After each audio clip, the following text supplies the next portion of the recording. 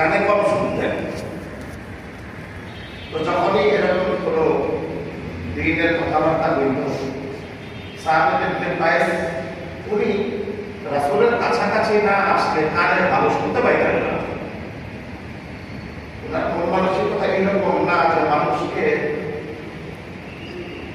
বিরক্ত করার জন্য অথবা আমি কি বলুন, কিছু মানুষ আছে না মসজিদের মধ্যে এসে সামনে তাকে আসতেই হবে। কেন?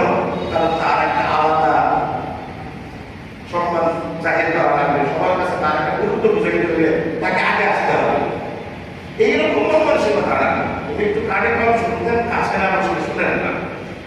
এই জন্য যখনই আসতেন, পরে আসলেও আস্তে আস্তে আস্তে উনি সামনে চলে আসতেন।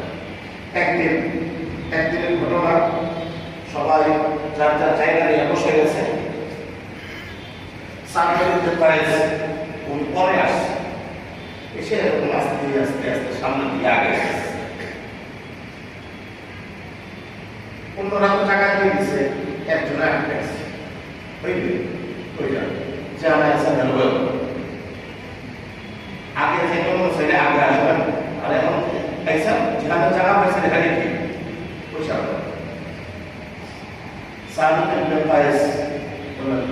তুমি কারা?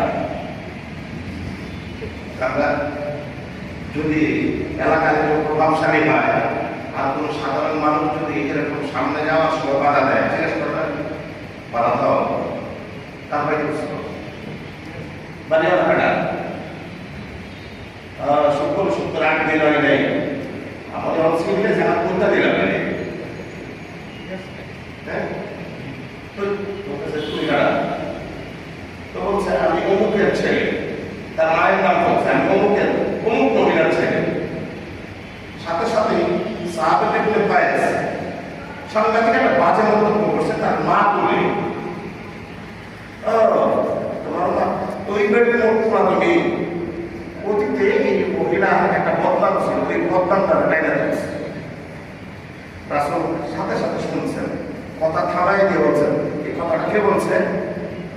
সাহাবায়ে কেরাম বলেন আমি বলছি। বলে সবাই দেখো কি দেখা যায়, বলে যে কেউ কালো কেউ সাদা। বলে এগুলা কি কালো সাদা মানুষ নিজে বানাইছে না আল্লাহ বানাইছে? বলে আল্লাহ বানাইছে। বলে তুমি কার থেকে আসছ?